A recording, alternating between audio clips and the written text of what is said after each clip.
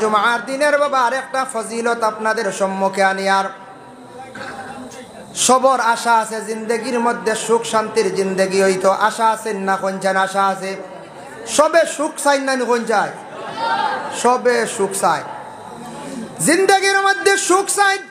সবে চান সুন্দর ঘর বানাইতা, গাড়ি লইতা, বাড়ি সুন্দর করে বানাইতা, সুখ শান্তিতে জীবন কাটাইয়া যাইতাম। কিন্তু আল্লাহর বন্দেগান, আল্লাহর বন্দা জীবনে যদি মেহনত করে না তাহলে জীবনে সুখ হইতো নাই, জীবনে উন্নত হইতো নাই। বলে আল্লাহর বন্দা জীবনে খাস কর্ম ব্যাপারে তার জিন্দগির মেহনত করা লাগবো। আর 2 নম্বরে আমলের জিন্দগির মধ্যে যদি মেহনত করেন না আল্লাহর দিকে বন্ধ অগ্রসর হইতে পারতা নাই। আর আল্লাহ রাজি হয়ে গেলে, খুশ হয়ে গেলে আল্লাহ আপনার এই হরগাটহর অবস্থা আল্লাহ সাহায্য করবা। এখন জুমার দিন একটা আমল কইয়ার, এটা ধনী হইবার লাগি, রুজি রোজগারর লাগি আমল। ধনী হইতা নি সারার খেয়াল আছে নি? ও এক আমল কইয়া দিয়ার ধনী হইতে হইলে জুমাত কিন্তু আগে যাওয়া লাগবে, বাদে যদি যাই যদি ইমাম সাহেব খুতবা শেষ হইবার টাইমে হইতো না। এগুলো ফড়ার তরিকা হইল গিয়া ধনী যদি হইতা চাই, ধনী হইতে হইলে শুক্রবার দিন আপনি মসজিদের মধ্যে আজানের লগে লগে মসজিদে প্রবেশ করতাম, সুন্নত নমাজ আদায় করতা। কাবলাল জুমা সুন্নত রে আদায় করার লগে লগে ইমাম সাহেব খুতবাত উঠিবার আগে আপনি ও আমলটা করলে ধারাবাহিক হয়ে খাপতে আপনি করিয়া যাকুয়া। এই আমলটা তাকছে গিয়া প্রথমে দুরুদে তুনাজ্জিনা 7 বার পড়িবা।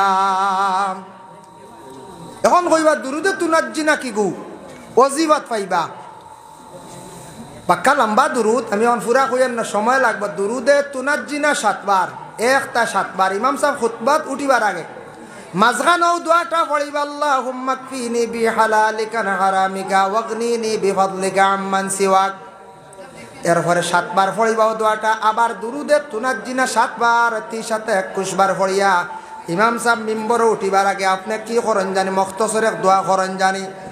আর সওয়াবগুলা আপনি কুল উম্মতে মরহুমার রুহে আরওয়ার মধ্যে পৌঁছাইতা। আর হইতা আল্লাহ আপনি আমারে উসমানুর লাগান গনিমতওয়ালা বানাইলাও।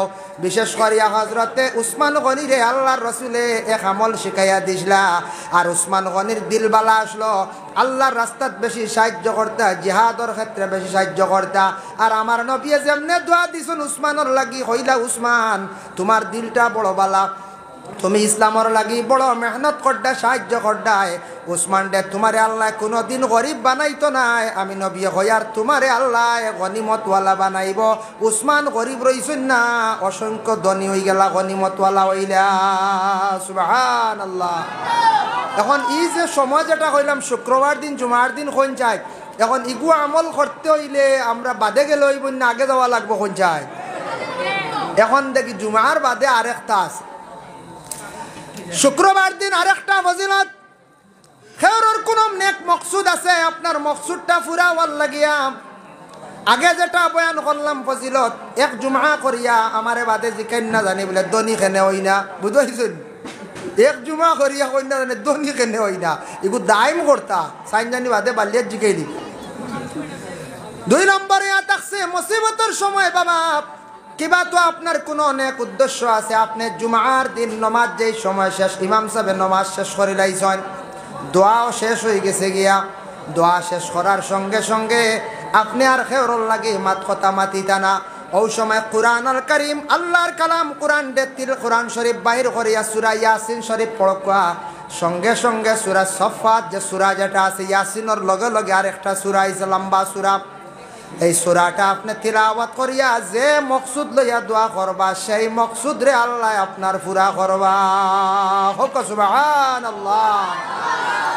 যার জন্য আল্লাহর বান্দাগান শুক্রবার দিন ইয়া আইয়ুহাল্লাযীনা আমানু ইযা নুদিয়া লিস-সালাতি মিন ইয়াউমিল জুমআতি ফাসআউ ইলা যিকরিল্লাহি ওয়া যারুল বাই' যালিকুম খায়রুল লাকুম ইন কুনতুম তা'লামুন। যালিকুম খায়রুল লাকুম, আল্লাহ কইতরা তোমাদের হকর মধ্যে সব কিছু আমি বালাই দান করছি, তুমি তাই খেয়াল করো, জানিয়া লও।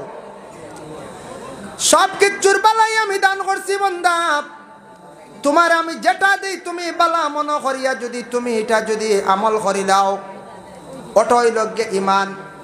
তোমার উপরে কোনো মুসিবত পড়ছে, আল্লাহ দিছুন আল্লাহর বালা, কোনো বেমার হইছে আল্লাহ দিছুন আল্লাহর পক্ষ থেকে এটা বালা, এইভাবে যদি কোনো বন্দা বান্দি হলে যদি আমল যদি করিলেন বলে আমারে যেটা দিছন আল্লাহ ইটা বালা, আমার ছেলে দিছন বালা, মেয়ে দিছন বালা, আমার ছেলে আল্লাহ নিছন গিয়া বালা, মেয়েও দিছন বালা, ইলা যখন মানুষের দিল বানাই লাইবাই জানিয়া রাখিও রে বন্দা আমি তোমারে হর জিনিসও আমি আল্লাহ সাহায্য কর্ম বালাই দান কর্ম। সুবহানাল্লাহ।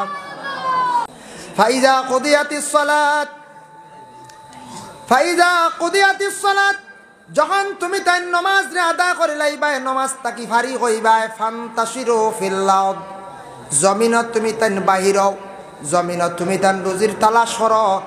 আল্লাহ ইকান কইছেন না নমাজ পড়ো গর আনি আমি যেন তোমারে বইয়া খাওয়াই মিলা নাই।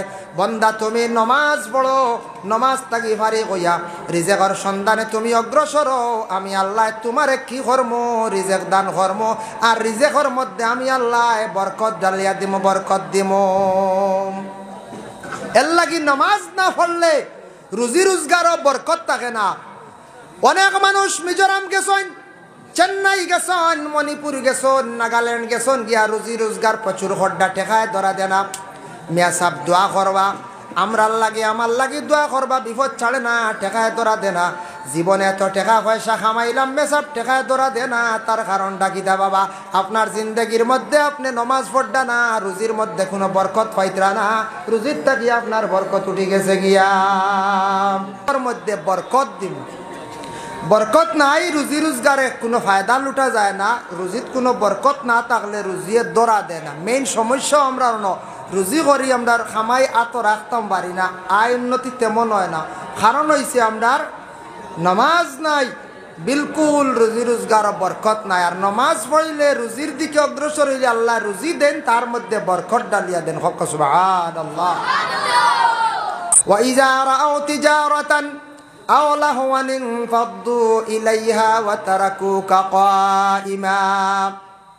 এই আয়াত নাজিল হইছে ও সময় আহলে আরবের মধ্যে কিছু সংখ্যক মানুষ সকলের একটা অভ্যাস আসলো, যেই সময় খুতবার আজান হইতো, খুতবার আজান জুমা বারে দেওয়া নানি কোন যায়, খুতবার আজান দেওয়ার লগে লগে আখতা দেখতা তারা তিজারতর গাড়ি আইছে, মানে সোয়ারি আইছে, ঘোড়া লইয়া আইছে বা উঠে লইয়া আইছে। তারা খুতবার আজান ফালাইয়া জুমা ফালাইয়া তারা দৌড় দিলাইতো, হয়তো আমরা তিজারতর সারা মাল আই গেছে, আমরা যাই গিয়া তারা জুমার নমাজ রে তারা আহলে আরবের মানুষে গুরুত্ব দিত না। ও আয়াত নাজিল হইছে وَإِذَا رَأَوْا تِجَارَةً أَوْ لَهْوًا انفَضُّوا إِلَيْهَا وَتَرَكُوكَ قَائِمًا। তুমি তান খাড়া থাকো, ডুলিও না, লড়িও না। তিজারত করবার সময় আছে, তিজারতর আমি সময় তোমারে দিয়া দিছি, সময় মতো তিজারত করবাই। কিন্তু এত পবিত্রময় জুমার দিন আমি তোমার জন্য বান্দা আমি দান করলাম। সপ্তাহের মধ্যে 6 দিন আমি কুল কায়নাতরে আমি আল্লাহ সৃষ্টি করলাম, আর শুক্রবার দিন শুধু আমি আদম জাতির সৃষ্টি করলাম, তোমাদের বাবা আদমরে সৃষ্টি করলাম। এই জুমার দিন তোমাদের জন্য আরো সুসংবাদ দিলাম, এই জুমার নমাজ রে তোমরা ছাড়িয়া তিজারতর মাল ভাইয়া যেমনে দেখো তোমরা সোয়ারি আইছে, তোমরা দৌড়দি ফালাইয়া যাও গিয়া, ইলা তোমরা ফালাইয়া যাইও না, তোমরা খাড়া থাকো। আয়াত নাজিল হইছে, আল্লাহ রসুলে সাহাবায়ে কেরাম হলরে এলান করিয়া দিলা, জানাইয়া দিলা সাহাবী হল জানিয়া রাখিও, ইলা খেও কখনো মালর প্রতি আর লক্ষ্য করিও না, জুমার নমাজ তুমি তেন ছাড়িয়া ইলার ফালাইয়া যাইও না। যে যেন আছো সেই জায়গায় থাকো।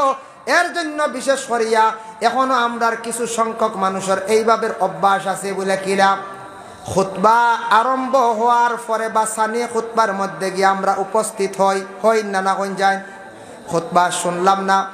এক তো ফজিলত থাকি বাবা মহরুম হইলাম, দ্বিতীয়ত নবীর একটা সুন্নত থাকি আমরা মহরুম হইলাম, তৃতীয়ত ইয়া থাকছে গিয়া আমার তিজারতের প্রতি বেশি আমার খেয়াল থাকলো, যার জন্য আমি নামাজে গুরুত্ব দিলাম না।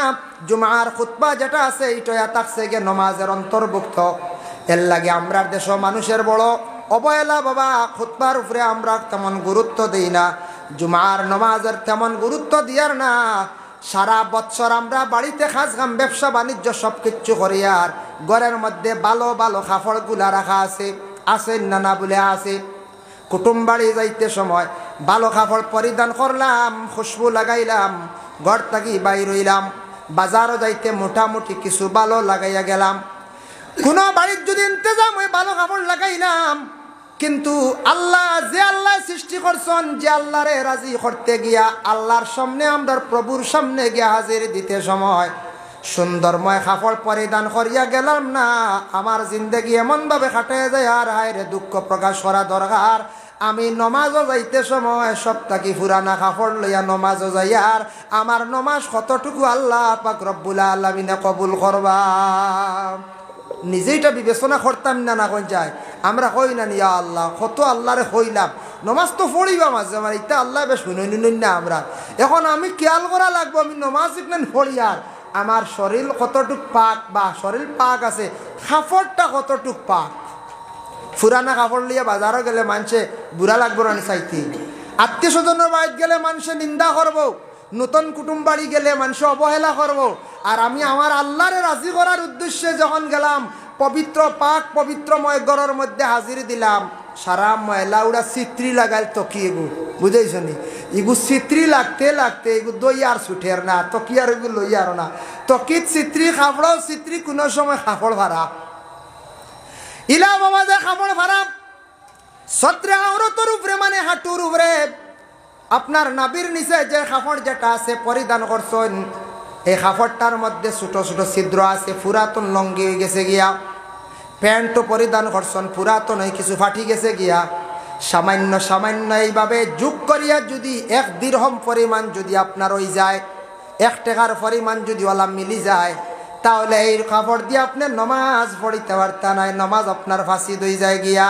এর লাগে আমরা কত ফাটা সিটা পুরানা কাপড় লাগাই আমরা নমাজ পড়িয়ার পাওয়া যায় না।